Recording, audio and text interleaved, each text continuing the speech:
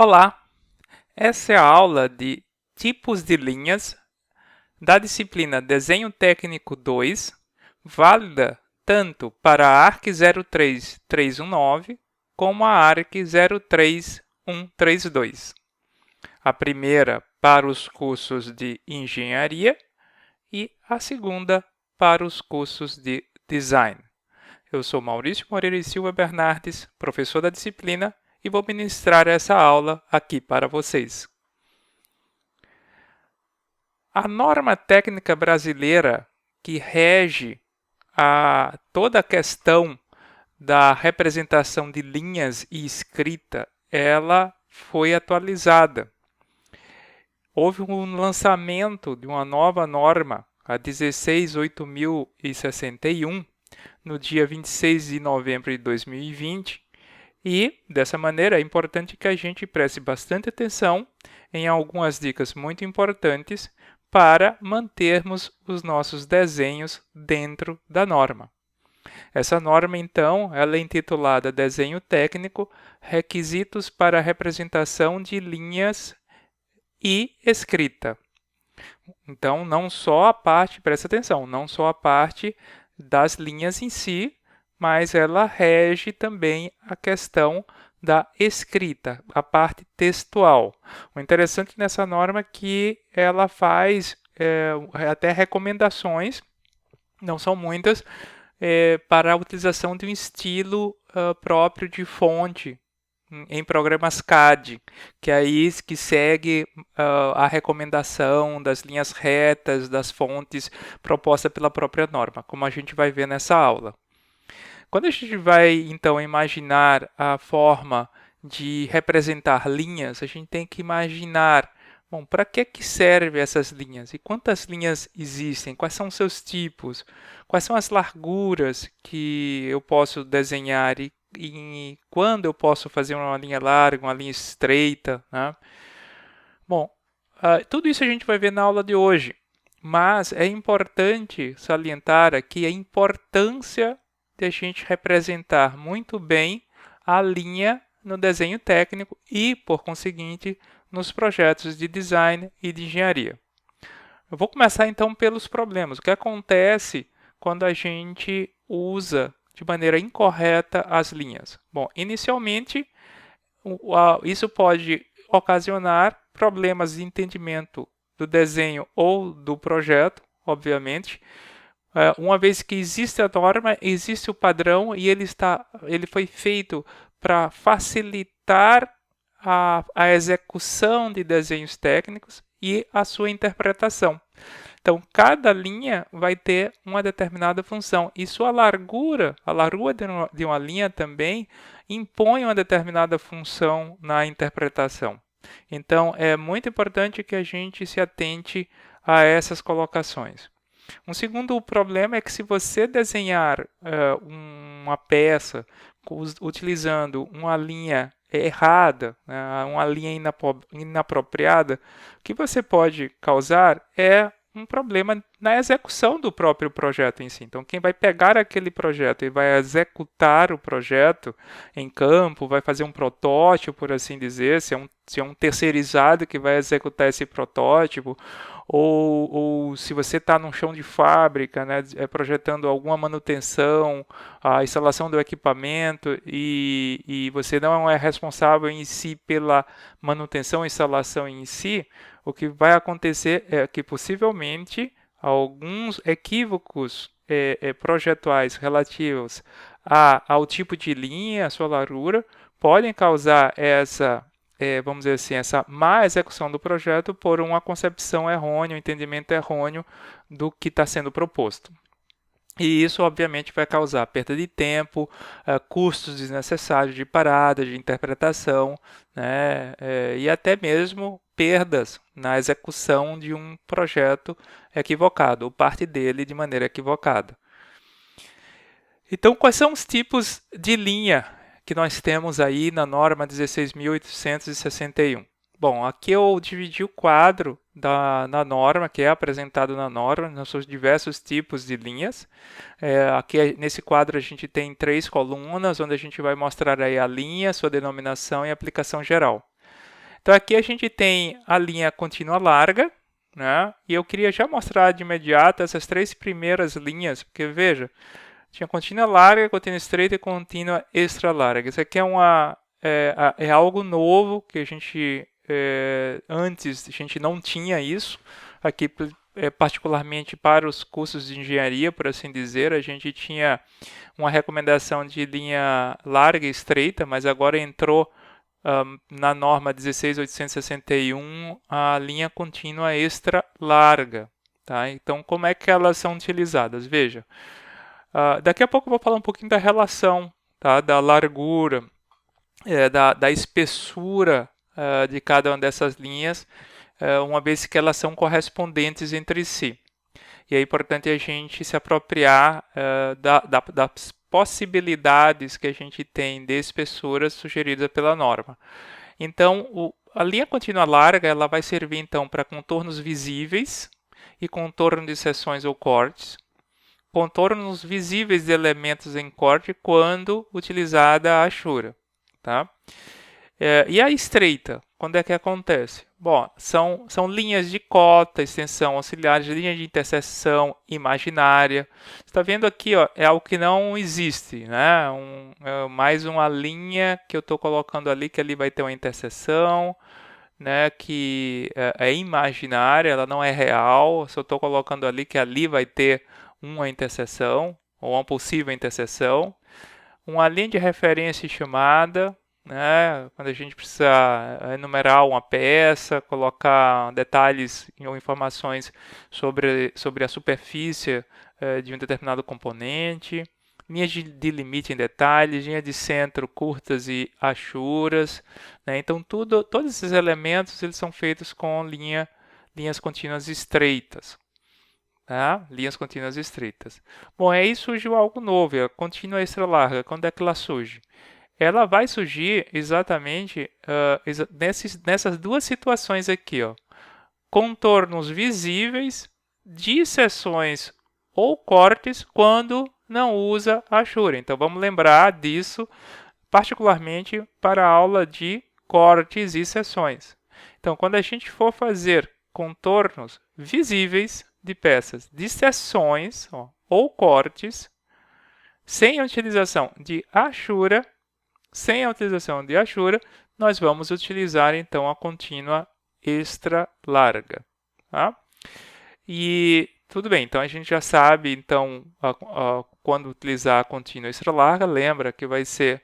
Então, tem linhas de importância especial, né? Algo que a gente queira denotar ali no nosso projeto uma importância, dar uma importância relativa alta a um determinado componente. Existem também nos tipos de linha as linhas contínuas estreitas, que é a mão livre estreita nesse caso, né? Então aqui está a representação, nesse caso sendo feita a mão livre. Nós não desenhamos esse tipo de linha em desenho 2, uma vez que o nosso desenho técnico é o desenho técnico instrumentado. E aqui nós temos quando é que a gente utiliza, né? Eu digo até que, apesar de ser estreito, a mão livre está sendo colocada a gente usa um comando spline para desenhar linhas de ruptura levemente sinuosas, mas que se aproxima um pouco dessa dependendo da forma como a gente vai desenhar. Tá? E aí são limites de encurtamento, limites de vistas parciais ou interrompidas, cortes ou seções, que é exatamente que a gente utiliza esses limites, né, como se você tem uma mordida na peça, a gente vai ver isso lá na aula de cortes, com essas linhas levemente sinuosas, linha de ruptura em detalhe. Mas uma coisa já de primeira que dá para perceber aqui, ó, é que a contínua larga é tudo aquilo que for visível, né? Tudo aquilo que é real e visível, todos os contornos visíveis. E quando a gente sai de contornos da peça, a gente não tem peça em si, mas elementos que nós colocamos, como cotas, limite do desenho, né, linha de centro, quer dizer, que são coisas que não existem realmente na peça, a gente usa, nesse caso, a linha estreita. Tá? A linha estreita. Vamos adiante. Aí existem também a linha estreita em zigue-zague, tá? Cuida que aqui no desenho parece que ela está meio larga, né? Pela figurinha, mas não, é a linha estreita em zigue-zague. Ó, é algo que também não existe. A gente chama disso aqui de uma linha de ruptura longa. Não, mas são linhas de interrupção, de encurtamento de vista, também essas linhas de limite de vista parcial interrompida, cortes ou seções. Existe a tracejada larga e também existe a tracejada estreita. E aí a gente tem que usar agora um pouco de bom senso. Por quê? Porque, veja, ó, tracejada larga eu posso usar em contornos não visíveis e arestas não visíveis. E aqui está a mesma coisa. Contornos e arestas não visíveis, tanto faz, a mesma coisa. Eu quero dizer, eu posso fazer linha tracejada tanto larga como estreita no meu desenho. Eu sempre recomendo ao aluno para ele fazer em estreita. Por quê? Você coloca uma linha larga, contínua, do lado de uma linha tracejada larga, e você fecha os olhos, depois abre os olhos, e você vai ver que, tentando visualizar as duas linhas em si, você vai perceber que essas linhas tracejadas largas, elas chamam a atenção mais rapidamente. E aí você acaba dando uma importância para ela maior do que uma linha contínua. Aí qual a diferença de uma a outra coisa? As duas existem na peça, só que você tem que dar prioridade de visualização, por assim dizer, daquilo que você consegue ver primeiro, que aí seria a linha contínua larga, com os contornos visíveis, né? Então, o que eu recomendo? Utiliza nesse caso sempre a tracejada estreita, tá? E aí, se você for ver, ó, a maioria das outras linhas que a gente coloca, elas são, se você for ver, até eu posso voltar aqui, a maioria das linhas que a gente vai utilizar ou vão ser largas ou vão ser estreitas. E aí você pode fixar isso na tua cabeça, assim, memorizando, que assim, ó, quando for aresta visível, contorno visível, faz a linha larga e o resto vai ser tudo estreita. O resto é tudo estreito. É a melhor forma de você memorizar isso. Ah, mas aqui está dizendo que a tracejada larga pode ser também. Sim, mas ele pode ser estreito. Então, uma forma de você não se confundir com isso é dizer, olha, tudo que for contorno, aresta visível, eu vou fazer largo. E todas as outras linhas que eu for desenhar, seja tracejada estreita, seja traço ponto, que são as linhas de eixo, né, linhas de centro e simetria, ou planos de corte, aí já muda um pouquinho. Mas sempre vão ser estreitas. Então, a maioria das linhas que a gente vai ter em desenhos, essas linhas imaginárias, linhas de centro, linhas de ruptura, linhas sinuosas à mão livre, tudo, elas vão ser linhas estreitas. Agora, é um contorno aparente, é uma aresta visível, então a gente faz com a linha larga. Aí a gente faz com a linha larga. Aí a linha extra larga, mas e a extra larga? Só quando a gente estiver trabalhando lá com corte, tenha calma. E mesmo, a gente vai fazer então o contorno visível do corte sem aplicar a achura. Aí sim, aí eu posso usar a extra larga. Tá? É isso aí que a gente vai utilizar. Veja, e agora a gente tem também o traço ponto estreita, larga nas extremidades, na mudança de direção do plano. Isso a gente vai reforçar lá na aula de cortes. E ainda tem outros pontos, ó. Traço ponto larga. Aí marcação de plano de corte. Aí é uma exceçãozinha também naquela questão, só tem estreita, tudo. Essas exceções, se você for ver, assim, ó, elas são bem relativas a cortes, né? Ó, traço ponto larga. Você viu que a gente tinha falado da linha extra larga. Quando a gente não faz a achura ali no contorno visível lá do corte, a gente pode fazer a extra larga, segundo a segunda norma. Né? Então, ó, traço ponto nas marcações do plano de corte, contornos visíveis de partes situadas na frente do plano de corte. Traço ponto dupla, contornos de não visíveis de partes situadas em frente, aqui está errado, em frente ao plano de corte. Tá? Traço longo, ponto duplo, larga. Né? E aí, contornos não visíveis de partes situadas em frente ao plano de corte. Tem a linha pontilhada, né? Linha pontilhada, não é linha larga isso aqui, tá? Linha pontilhada, veja, composta por pontos.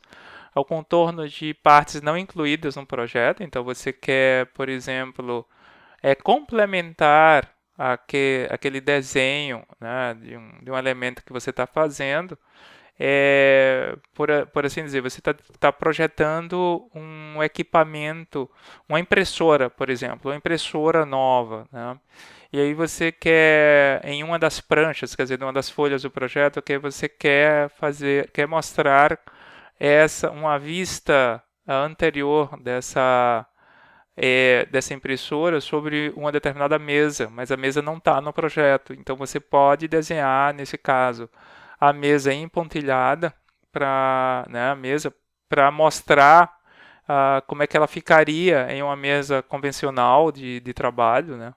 E a impressora, normalmente, vista frontal, com os traços largos, né? Linhas visíveis, tudo direitinho. E a gente também tem o traço ponto extra larga, que aí nesse caso são linhas ou superfícies com indicação especial, né? Limites de bateria, área, estágio, outros, né? Aqui eu posso simplificar o limite de bateria, né? A limite de bateria que a norma coloca é quando a gente tem uma vinculação entre dois projetos distintos. Por exemplo, imagina que eu tenho toda uma tubulação, né, que eu estou projetando uma tubulação hidráulica de um prédio, e essa tubulação ela vai ter uma conexão com a tubulação hidráulica do DEMAI, Departamento Municipal de Águas, né, e Esgotos, aqui de Porto Alegre. Então, o que é que acontece? Vai existir uma divisa entre esse projeto dessa tubulação DEMAI com a da desse prédio que eu estou projetando. Então, nessa divisa, que a gente chama de limite de bateria entre os projetos, a gente coloca aí um traço ponto extra larga. Existe também aí, então, agora, além desses tipos de linha que a gente utiliza, a 16.861, ela faz a seguinte relação entre as larguras, né? É sempre assim, o dobro é 1, 2 e 4, sempre. Assim, uma é o dobro da outra, né? Isso aqui é 1, aqui é 2 e ele é 4. Né? É assim que acontece. E elas são designadas pela largura intermediária. Por exemplo, usa o grupo de linha 0,25. Então você sabe que o 0,25 é larga, 0,13 vai ser estreita e 0,50 vai ser extra larga. O 0,35, então 0,18, né? 0,18 é estreita, 0,70 a extra larga. E assim respectivamente, tá? E assim respectivamente. A gente vai procurar utilizar aí no nosso projeto, nos nossos projetos, essa relação aqui, tá? Essa relação que aqui já está selecionada.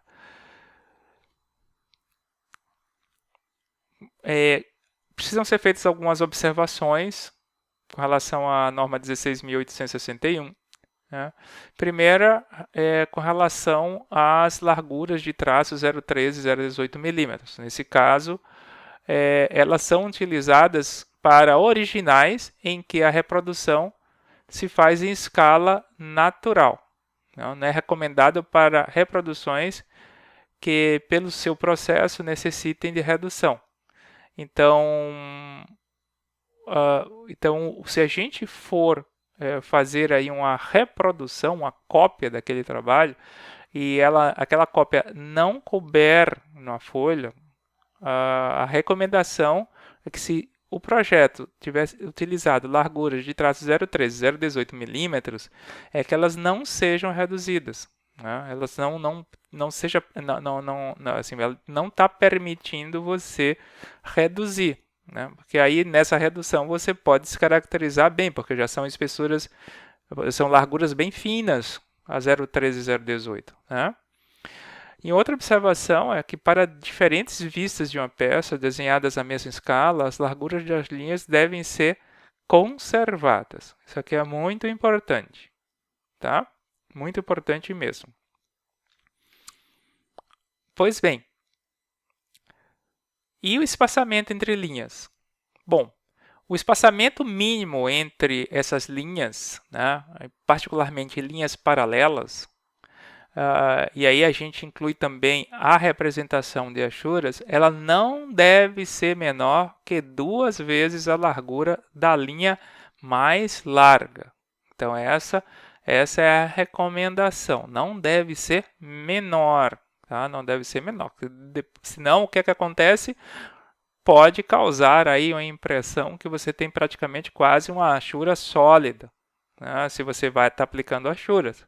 Mas se você está fazendo algum detalhe ou são elementos que realmente eles são, vamos dizer assim, acontecem muitas vezes, repetidas vezes em paralelo, então a observação é que nessa representação dessas linhas paralelas, elas não devam ser menores que 2 vezes a largura da linha mais larga.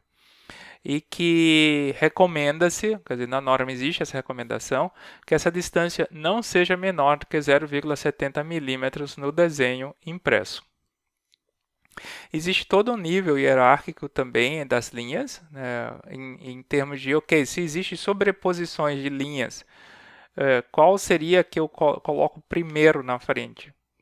Né, o que é que vem primeiro? Veja, primeiro é a contínua larga e extra larga, que são arestas e contornos visíveis. Havendo essa sobreposição, vem atrás dela a linha tracejada, que é a tracejada estreita, e larga. Nesse caso, a gente está já orientando vocês para que façam tracejadas estreitas, né? Atrás dela, os traços, linhas de traço longo e ponto estreita, né? Atrás, traço longo e ponto estreita para a linha de centro. Atrás dela, traço longo, ponto duplo estreita, que são linhas centroidais. E atrás dela, linhas contínuas estreitas, que são linhas de cota e de extensão. Agora, gente, eu vou te dizer, é importante ter esse nível hierárquico, vocês podem sempre ter isso em mão, como uma cola nos projetos de vocês ali do lado, quando forem desenhar, mas ao mesmo tempo, se você tiver um elemento com essa complexidade toda, com tantos elementos um em cima do outro, dizer, nossa, é melhor realmente pegar essa cola, né? Para observar realmente o que é que tem que eu coloco, como é que eu devo colocar e dispor a ordem desses elementos um em cima do outro. Eu gostaria de mostrar também para vocês um aspecto muito interessante da 16.861, que são os exemplos de junções de linhas, né? Como é que vocês já tinham visto parte dessas junções na disciplina de ARC 3318 e também para a sua 3318 é desenho básico à mão livre para as engenharias. E existe também uma disciplina que eu agora não me lembro o código, que é também desenho básico à mão livre agora para o design, que são disciplinas muito similares, né? São bem parecidas. E que vocês já deviam ter visto isso também. Então a gente tem as diversas interseções, as formas como se representa, que tem interseção em cruz de linhas traço longo e traço curto. A interseção em cruz de linhas tracejadas, né? Eu copiei essa figura diretamente da norma, dá para perceber, né? A interseção de 4 linhas tracejadas reunidas, percebe exatamente até os cantos como é que eles devem ser feitos, então sempre observem as interseções. Interseção em cruz parcial de linhas tracejadas, ó, como é que a gente faz essa representação. Então cuidem para fazer igual que é a indicação da norma técnica. Interseção em cruz de linhas traço e ponto e encontro em cantos de linhas tracejadas, tá? Olha ali o encontro, como é que acontece o encontro das linhas traço ponto com linhas tracejadas e os cantos das linhas tracejadas também como devem ser desenhados. E a interseção e encontro em cantos de linhas tracejadas. Então, tanto aqui na parte curva como essa parte tracejada também. Então, é isso que nós devemos almejar. Com relação à escrita, né, que essa norma também trata da escrita, o que é que eu eu penso aí, coloco como resumo importante para o escopo da disciplina Desenho Técnico 2, tanto para engenharia como para design, é que quando a gente vai escrever, veja, lá do pessoal de design, existe uma disciplina que é a parte de tipografia, que vocês vão aprender a trabalhar bem direitinho isso aí. O que não existe, pelo que eu saiba, na engenharia. Mas quando a gente vai escrever algo, a gente tem que sempre, na nossa escrita, respeitar as seguintes características básicas, ou seja, a nossa escrita deve respeitar as seguintes características básicas. O que a gente escreve tem que ser legível, a gente tem que olhar e conseguir ler rapidamente sem ter nenhum problema. Existem tipos de fontes que são totalmente inapropriadas para o desenho técnico, porque isso realmente torna difícil, às vezes, uma leitura rápida, né, sobre um determinado elemento. A gente deve ter uma uniformidade e proporcionalidade, né, para facilitar a leitura. Então, a ideia seria não ter tamanhos de textos muito distantes, muito diferentes entre si, porque a gente acaba observando que não foi observada então uma uniformidade em todo o desenho. E ainda mais quando a gente percebe que não existe uma proporção básica entre esses tamanhos da fonte e da escrita. Existe também uma característica importante que é a gente ter naquilo que a gente vai escrever a possibilidade de redução e ampliação sem comprometer o entendimento da escrita daquela informação que a gente está querendo passar.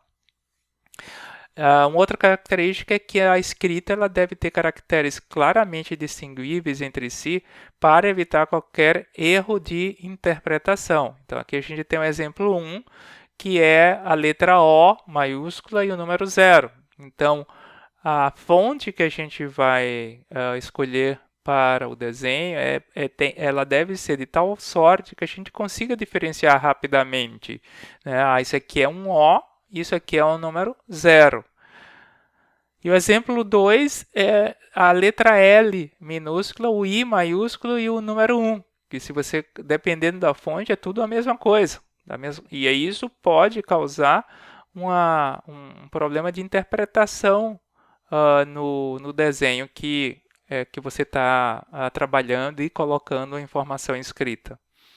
A norma ela recomenda, ela não impõe, isso não é uma obrigatoriedade. A fonte ISO-CPUR, essa fonte é facilmente identificada na lista de fontes do AutoCAD, essa 2021. Eu já fiz um teste, então eu espero que vocês tenham gostado da aula, tá? Dúvidas, eu aguardo vocês em sala de aula. Muito obrigado pela atenção de todos.